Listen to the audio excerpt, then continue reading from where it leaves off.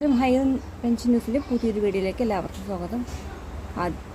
Channel ആദ്യമായി കാണുന്നവരാണ് subscribe ചെയ്യാനും like ചെയ്യാനും മറക്കരുത്. ഈ മാസത്തെ ക്ഷേമ പെൻഷന് ഒരു മാസത്തെയെങ്കിലും ക്ഷേമ പെൻഷൻ കുടിശ്ശിക വിതരണം ചെയ്യുന്നതിനായി സർക്കാർ 30,000 കോടി രൂപ കടമെടുക്കുന്നു.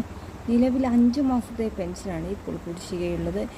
ഇത് കൊടുത്തു തീർക്കാൻ 4,250 കോടി രൂപയാണ് വേണ്ടത്.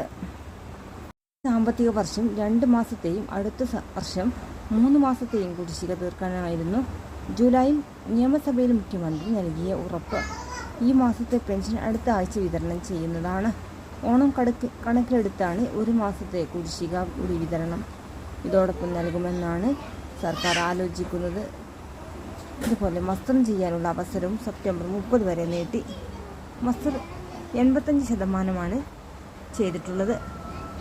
ഇനിയും ചെയ്യാത്തവർ അക്ഷയ സെൻറ്ററിൽ പോയി മസ്റ്ററിംഗ് ഉറപ്പുവരുത്തേണ്ടത്. എന്നാൽ മാത്രമേ നിങ്ങളുടെ പെൻഷൻ മുമ്പോട്ടുള്ള നൽകുകയുള്ളൂ. കൂടുതൽ വാർത്തകൾ കഴിയുമ്പോൾ ചാനൽ